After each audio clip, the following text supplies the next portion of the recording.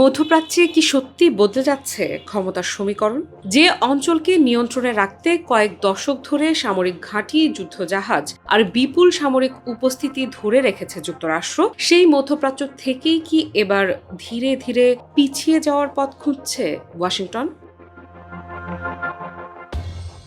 ইরানের parliament speaker Mohammad বাঘের গালিবাফের ভাষ্য, মধ্যপ্রাচ্যে শুরু হয়েছে একটি নতুন আঞ্চলিক ব্যবস্থা, আর এই নতুন বাস্তবতায় বিদেশি পরাশক্তিগুলোর প্রভাব দ্রুত কমে যাচ্ছে। শুধু তাই নয়, গালিবাফের দাবি, যুক্তরাষ্ট্র এখন এই অঞ্চল থেকে সম্মানজনকভাবে বিদায় নেওয়ার পথ খুঁজছে। কিন্তু কেন এমন দাবি করলেন ইরানের পার্লামেন্ট স্পিকার? মধ্যপ্রাচ্যের ক্ষমতার ভারসাম্যে কি সত্যি বড় কোনো পরিবর্তন শুরু হয়েছে? আর যুক্তরাষ্ট্রের দীর্ঘদিনের সামরিক আধিপত্য কি এবার প্রশ্নের মুখে?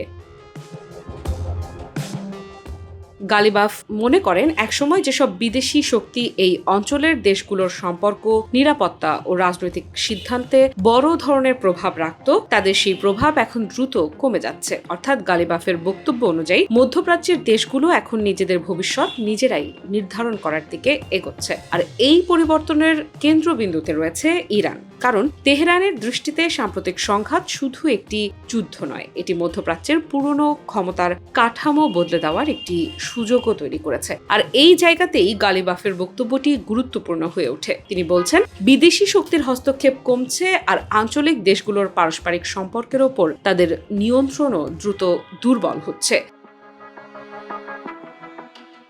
অর্থাৎ এতদিন মধ্যপ্রাচ্যের নিরাপত্তা নিয়ে বড় সিদ্ধান্তগুলোতে ওয়াশিংটনের যে ভূমিকা ছিল, সেটি ভবিষ্যতে আর আগের মতো নাও থাকতে পারে, এমন ইঙ্গিতই দিচ্ছেন ইরানের এই শীর্ষ নেতা।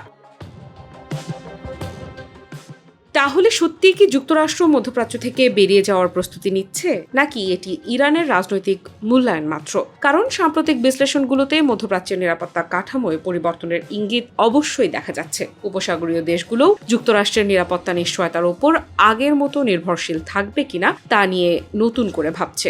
একই সময়ে সৌদি আরব, তুরস্ক ও পাকিস্তানের মধ্যে নতুন প্রতিরক্ষা সহযোগিতাও আঞ্চলিক সমীকরণে পরিবর্তনের ইঙ্গিত দিচ্ছে।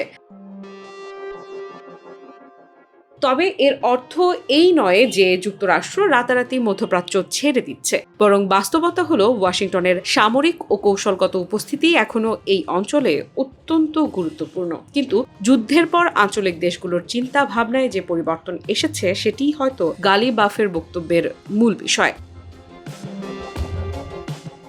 তিনি আরও দাবি করেছেন, ইসরায়েলের নদী থেকে সাগর পর্যন্ত আধিপত্য বিস্তারের যে পরিকল্পনা ছিল, সেটিও এখন বাস্তবতার বদলে অলীক কল্পনায় পরিণত হয়েছে। অর্থাৎ গালিবাফের বক্তব্যে শুধু যুক্তরাষ্ট্র নয়, ইসরায়েলের আঞ্চলিক উচ্চাকাঙ্ক্ষাকেও সরাসরি চ্যালেঞ্জ করা হয়েছে। অর্থাৎ তেহরানের বার্তা, মধ্যপ্রাচ্য আর বাইরের কোনো শক্তির ইচ্ছা মতো পরিচালিত হবে না। এই অঞ্চলের ভবিষ্যৎ নির্ধারণ করবে এই অঞ্চলের দেশগুলোই।